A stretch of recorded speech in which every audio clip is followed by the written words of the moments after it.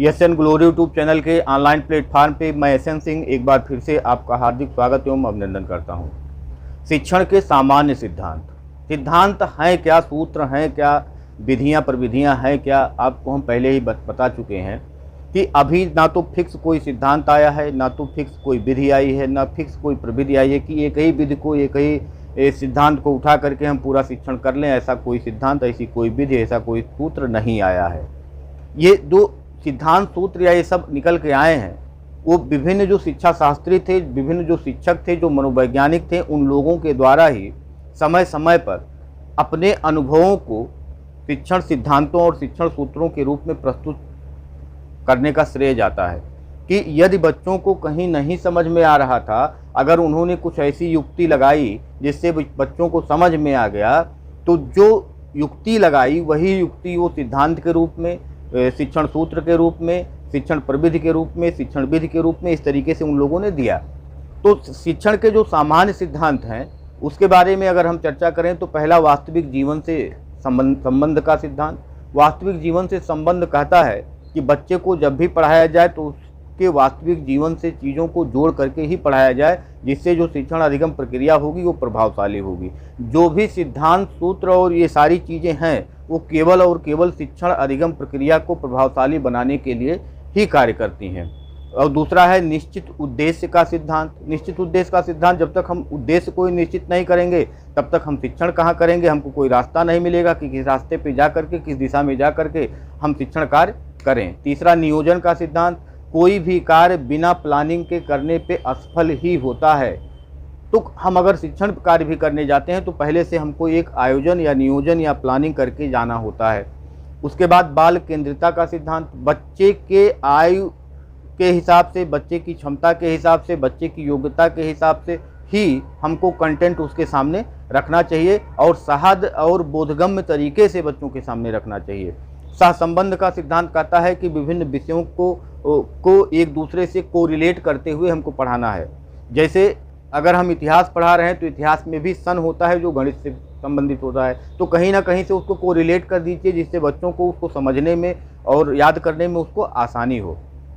चयन का सिद्धांत कहता है कि समय कितना है आपके पास, 30 मिनट पढ़ाना है, 35 मिनट पढ़ाना है, 50 मिनट पढ़ाना है, 20 मिनट पढ़ाना है, उसी हिसाब से आप पाठ्यवस्तु का चयन करिए जिससे उतने समय में उतनी पाठ्यवस्तु आप बच्चों के सामने अच्छे तरीके से, प्रभावशाली तरीके से आप रख सकें।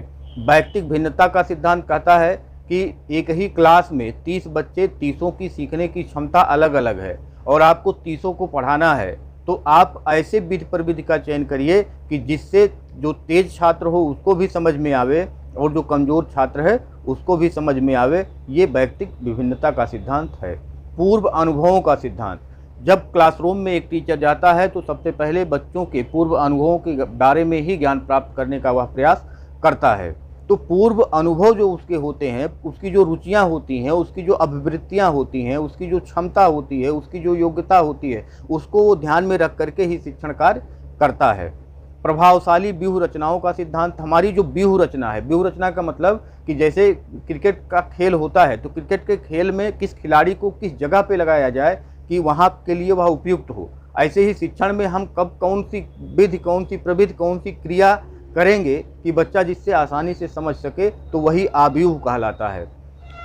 आव्यूह शब्द जो है वो सेना से आया है। किस जो सेनापति होता है अपने किस सैनिक को कहाँ लगाएगा युद्ध के समय, ये उसी को आव्यूह कहा जाता था। उसके बाद आवृत्ति का सिद्धांत कहता है कि बार बार किसी चीज़ की हम आवृत्ति करते हैं तो वह ज्ञान हमारा क्या हो जाता है, अस्थायी हो जाता है। तो आवृत्ति का सिद्धांत भी शिक्षण में एक सामान्य सिद्धांत के अंतर्गत आता है। लोकतांत्रिक व्यवहार का सिद्धांत। लोकतांत्रिक का मतलब कि सभी को समानता का व्यवहार करना चाहिए, टीचर हो, छात्र हो, बोलने की आज़ादी सबको होनी चाहिए। तभी क्लास में जो अंतः क्रिया की अवस्था होती है, अंतः क्रिया जो होती है छात्र और बच्चों के, छात्र और शिक्षक के बीच में, वो लगातार बना रहेगा और जो कक्षा होगा वह सक्रिय रूप में चलता रहेगा। उसके बाद विभाजन का सिद्धांत कहता है कि अगर आप टाइम टेबल देखे होंगे तो टाइम टेबल में रोज़ सब विषय पढ़ाए जाते हैं। ऐसा नहीं है कि एक दिन हिंदी पढ़ाया जाएगा और दिन भर हिंदी पढ़ाया जाएगा। आज गणित पढ़ाया जाएगा तो पूरा दिन गणित पढ़ाया जाएगा, ऐसा नहीं होता है। तो बच्चों के सामने कुछ कंटेंट इस तरीके से विभाजित करके रखा जाता है कि जिससे बच्चों की जो सोच है वह ज़्यादा प्रभावित ना हो, बच्चा उससे विचलित ना हो। इसीलिए हम जो हमारा सिलेबस होता है उसको हम चैप्टर वाइज, यूनिट वाइज हम उसको डिवाइड करके बच्चों के सामने रखते हैं। सक्रिय सहयोग का सिद्धांत, एक दूसरे की सक्रियता के बिना शिक्षण अधिगम की प्रभावशीलता किसी भी कीमत पे नहीं हो सकती है।